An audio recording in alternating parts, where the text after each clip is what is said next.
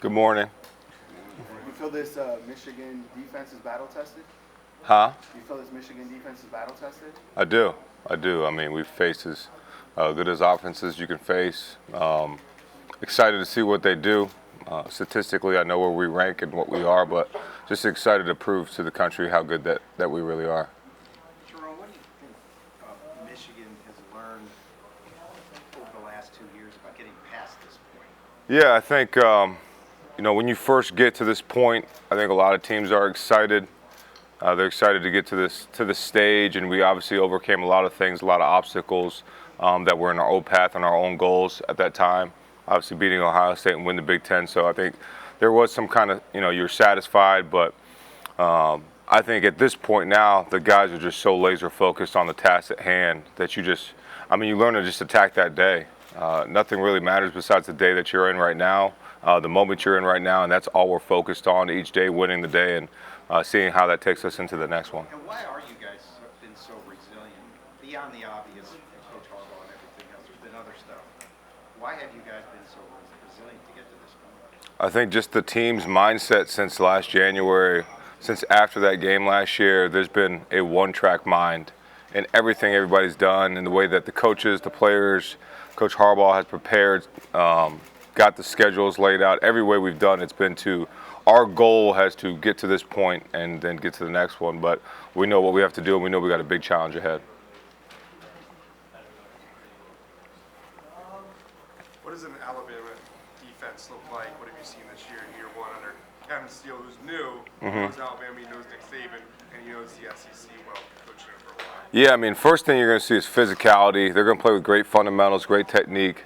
They're going to be extremely gap sound, play with discipline, and they're going to be fast. They're going to be athletic at every position. Every guy on the defense is probably going to get drafted. Every guy in the defense is probably going to play in the NFL for a long time. So you're going to see a bunch of talented guys, but not only with the talent, you see a bunch of guys that play as a team and as a unit, very similar to our defense. So we know that they're a really good defense. We know they play against really good teams, but we're just very excited to play this team, physical football team, and try to match that physicality and that dominance that they have. What's your message to your team when a team like that is going to have a lot of people drafted?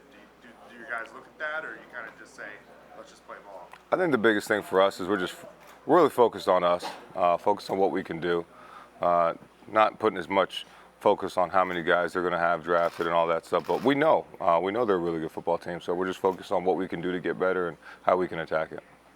Having served as interim head coach, how has this year developed you, play caller? Yeah, I mean, been some crazy situations. Been fun. Been very exciting. Obviously blessed that Coach Harbaugh gave me the opportunity to do that with this football team, and just super excited for what the team has done. I just try to make sure I made the right decisions at the right times to help us, put us in position to win those football games. And that, it was really all big trust in the players. The players just played outstanding throughout every game and gave me confidence to do things and make those decisions that, whether it was being aggressive, whether it was kicking the field goal, whatever it was, those players on the field really made the decisions a lot easier for me than anything else. What are your early impressions of Jaden Davis? I think he's been a really good player. Talented, smart, high character, high football IQ for a young guy. Very, very excited to watch his development as a quarterback. Has he done much throwing with you guys so far? Yeah, he's done a little bit. He's done a little bit in practice and individual, and couple team sessions, 7-on-7s. His arm is what we thought it is. Really good, really accurate. But he's going to have a learning curve like every freshman does. So it's just going to be learning the playbook, seeing how the game speeds up or slows down for him, and see where it goes from there. Jim Harbaugh has said that teams have been double teaming Colston Loveland. Nick Saban brought him up. How do you prepare him for that possibility? Yeah, I think with a player like Colston, you've got to be ready for that, especially in this stage, in this setting, with this much time to prepare. So we got to do as much as we can to make sure that they can't do that in different ways and figure out different ways to put him in position to be successful. What's about a Nick Saban coach defense that sticks out to you on tape? Does he do the same things? Is he multiple? Or what about their sets are going to give you guys some trouble? Yeah, I mean, I think, first of all, it's the players. the kids that they've recruited are extremely talented, but they also play with extreme discipline and physicality, and that stands out. Now that stands out when you go back and watch 2022, 2021, 2020, 2019, all the way back to 2012, whatever it is. You watch Nick Saban since he's been there in that defense. It's different kids, different players there, but the style of defense is the same. As far as cornerbacks go, Kool-Aid McKinstry, one of the top ones in the nation. What does he do well that sets him apart from so many D-backs in the country? Yeah, starts with his talent level, God-given ability. He uses that well, but he's very disciplined in what he does. Plays great with great eyes, great speed. Knows how to and when to break on footballs at the right time. So he's just a really good football player, and he doesn't get beat much because he's very physical, very handsy at the line of scrimmage, and he's got good ball skills. So he's one of those all-around corners that you have to deal with. What do you as coaches have to do to make sure this team plays their best in this position that's been a spot of heartbreak in the last 2 years? Yeah, I think for us right now, we've just let these guys be them this whole year. It's been a one-track mindset of what we're doing, and just let them be them. There's no pressure. We're just going to go out there and let it rip. With the talent in their secondary, is there any messaging to JJ about maybe not forcing things or trying to force a play, knowing that the talent they have there?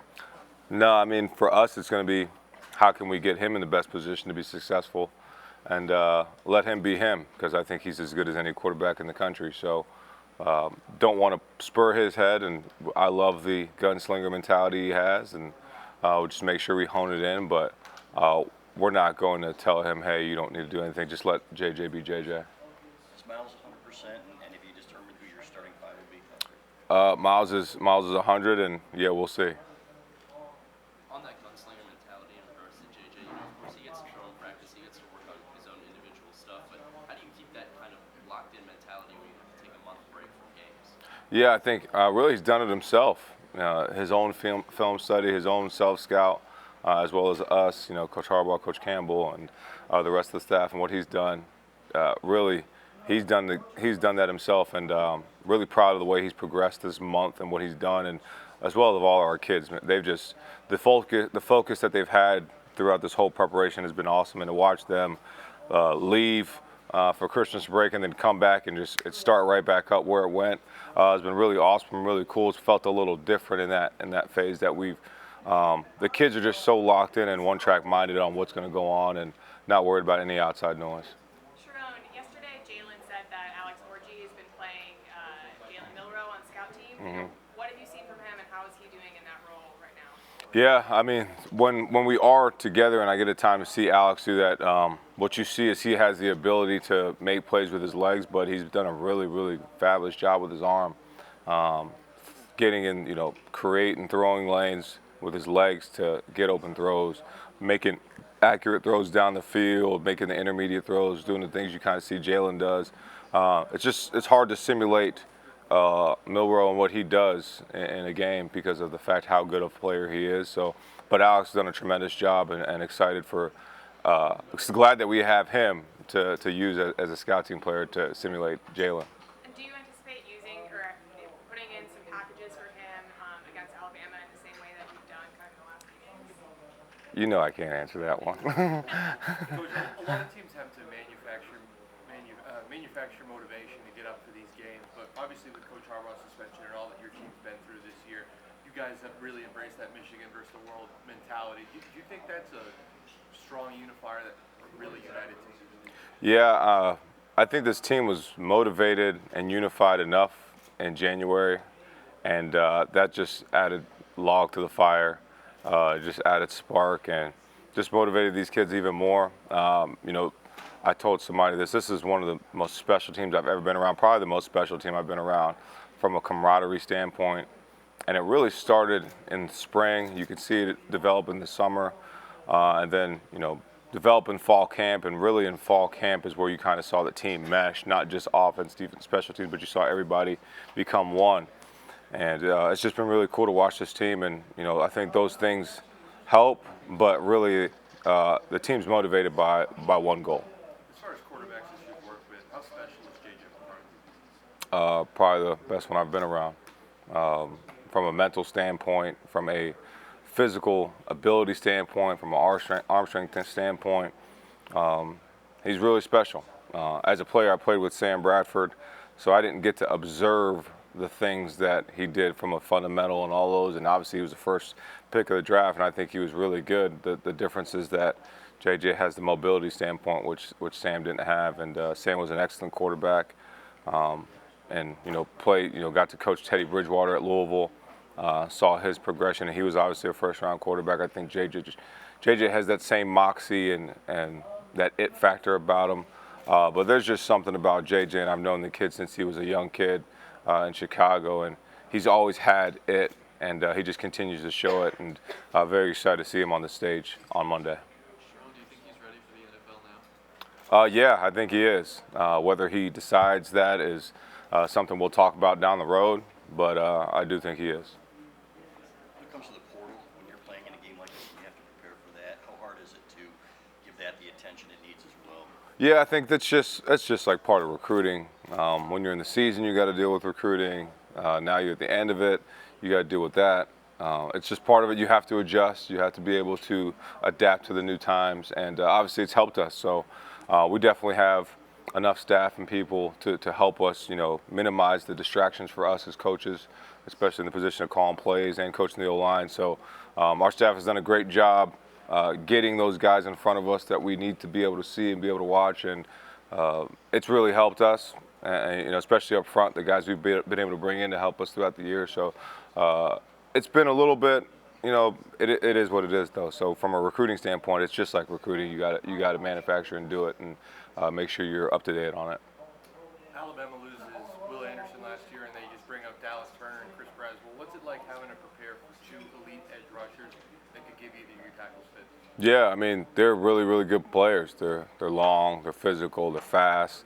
They play with great effort. There's a couple clips of Dallas Turner chasing people down from the backside, like 50 yards. I mean, Auburn breaks a big run to the right. Dallas Turner chases it down, tackles the guy. So we know we have to play with immense strain, immense technique, and we're prepared. We got a plan for how to attack, those edge rushers and what we need to do. But they're gonna make plays. We're gonna make plays. It's just like a heavyweight boxing match, and we've got to do our best to go attack them as much as they're gonna try to attack us. I talked to one of your offensive linemen over there, and he said that you guys are prepping by watching even like Georgia because Nick Saban and Kirby, that connection. What is the key on doing that to see kind of Nick Saban's defense through some of the people that used to coach under him? Yeah, I think the big thing is you're just trying to see the personality of the defense, how they align to different sets, different formations. Create. We're going to try to create some confusion for them. So we got to figure out the things that have done that, and if there hasn't, we got to try to figure out what can.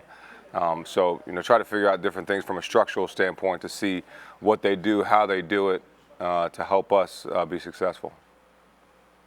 We're eclipsing the one-year mark here of Blake and Donovan both suffering separate injuries. What have you seen out of their ability to kind of get some rest and relaxation over the course of the last month? Yeah, I think this has been huge for both of them. Those guys have really done a great job taking care of their bodies. Blake looks like he got bigger again. Like he put on more muscle. It's like Superman. And so does Donald. Donald looks ripped and lean. But both of those guys, man, just excited to watch them progress in this game and do what they do on the stage, because they've definitely done a great job with their bodies, with their, especially as a running back and playing in the conference we play in, it's super physical. You're going to get hit. You're going to get hit hard. You're going to deliver hits. You're going to get hit. And those guys have done a great job of progressing from an injury standpoint. Excited to see where they are on Monday. Well, Drake, Carson, and Travers have been just as equally big for them. Yeah, it's been great. I think all the old linemen in what we do, especially in the last game we played, a physical football team, the really last 4 games we played, physical, violent games. And you need this time to get your bodies just naturally to rest, and it's been really good for us. We've done a great job getting back into that physical phase to help us prepare mentally and physically for what we're going to have on Monday. So this has just been a great time for us as well. Sherrone, you've spoken highly of AJ's blocking ability throughout the season, but in a game like this, with the type of edge rushers that they have, what type of luxury is it to have someone with his size and his ability out on the edge? Yeah, it's great. Another guy that I'm very happy we got in the portal, and proud that he's on our team. from a player standpoint, from a person standpoint, and he's just done a really good job for us. And Switch the players and coaches in 5 minutes. and just excited for us to have him. He's done an amazing job, and just excited that we do have him. You guys have the beat Georgia drill, obviously, subsequently to the offseason. How much do you think it's applicable to this specific team, and considering that they're basically the progenitor of what Georgia was anyway? Yeah, it's the same. Same physicality, same mindset that you got to have in that drill, whether it's that or whether it's Bama, whoever it is. But when you get to this stage in the college football playoff, whoever you're going to play is going to be really good and really physical. So your mindset has to be ready for whoever it is. What's the balance like for you when you have a month to sharpen things up, tighten things up, all the stuff that you've already been doing, and then also adding new wrinkles to try to throw off a team that you're seeing for the first time? Yeah, I think the biggest thing for us is to try to, add those things, do those things, but also not confuse our players. So as much as we can do and throw at them, because we got a really smart football team, but make sure that they're playing fast and physical is really the balance. And once you feel like they've got it and you can use something else, then you do it. If they can't handle it, then you don't run it. And we're still got to be us and still do what we do, but be able to adjust, especially when you have time like this, to try to keep them off balance as well. Is there such, do too much or do too little? I mean, how hard is it to find that balance? You know what? I've found it harder here because of the players we have. We just have really good players and really smart guys. So it's always harder with the players that we have to, find that balance. At other places I've been, it's been, you kind of know that you can't do this, you can't do that. With our guys, I mean, they learn stuff in like a day, and it's just like you're amazed of how smart they are. But it's also because of the love of football that they have. So you can do so many things with them, and it's fun for a coach. And then sometimes they're throwing stuff at you. Hey, coach, I saw this play. I get text messages at 12:30 at night of plays. And like, I got a play from Mikey the other day. I'm like, Mikey, you're still on defense, bro. Now you want an offensive package. You want this. So, but these kids love football, and it makes it easy to do when you have kids like that. When it comes to Alex, I talked to Jim a few days ago. He said that he reminds him of Jalen Milroe. Mm-hmm. He said that he could see Alex turning into something like Jalen. Yeah. Michigan, is that something that you see? Yeah, for sure. Obviously, it's not him now. Jalen's a little bit more polished of a player, but I think Alex has all the ability in the world, and the kid loves football. He's tough. He's physical. He looks like a Greek god. We've told him many times. I don't like him with his shirt off around us because it embarrasses me and everybody else around. The dude's jacked, but he is also like, he loves football. He loves the game. He loves the grind. He loves everything about it, and he's got a chance to be a very special player down the road. Do you see him competing for that starting job when JJ leaves? Yeah, I think everybody's going to have a chance. We don't, it doesn't matter who it is, the best player's going to play, so just excited to have him on our team. Sherrone, what was the offensive package that Mikey wanted at midnight? I mean, I can't even go into that right now. It was pretty good, though, so maybe. We'll see. What have you seen from Jaden Davis thus far? Just a couple practices in, obviously. Mike Barrett was even saying yesterday that for a guy who's only been here for a couple days, he went really well. Yeah, like I said earlier, I mean, he's going to be a really good player. Great arm talent, great accuracy. Very, very smart, intuitive for a kid that's just got here in a couple of days and meshes well with the team already. It's cool to watch these freshmen, him, the young linemen that are here, and watch them blend in with the older guys. And the cool thing about our team is that there's no hazing, there's no like rite of passage. It's come in and figure out who's going to help you win. And he's done a great job these past couple of days this week, and just excited for him in his future. Can you tell that him and JJ have kind of a connection going back a couple of years? Yeah, you can tell for sure. And I think it's just a quarterback thing too. I mean, all the quarterbacks all get along. They're like brothers. There's always the competitive edge there, competitive piece, because there's only one quarterback on the field, but they definitely get along very well. And he meshes well. He kind of has the factor that JJ has, that it factor where people just kind of gravitate towards him, and it's been really cool to watch him develop as we've gone through. Sherrone, now that you're back in just offensive coordinator duties, Yes. what is the biggest difference you've noticed in, how how your life or how things week to week practice changed, now that Jim is back? Yeah, I mean, for the first thing is I get way more text messages after games because I was the head coach for those games.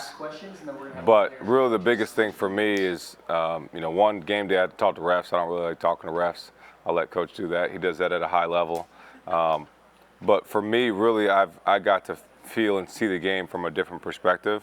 I like my perspective of just calling the plays and handling the offensive line. I like that. I'll let Coach do the other piece. But really, that's been the biggest piece is having to handle all the other things that he had to handle when I was the interim. And I like just being back with the boys, being back with the guys, and getting the game plans ready. Getting more sleep, guys? Getting more sleep? I mean, I did a little bit last night. My two daughters were on me again, so, but getting more sleep, yes. Thanks, guys. Thank you. Just wait, just that clip here. All right, there you go. Yep. Thank you.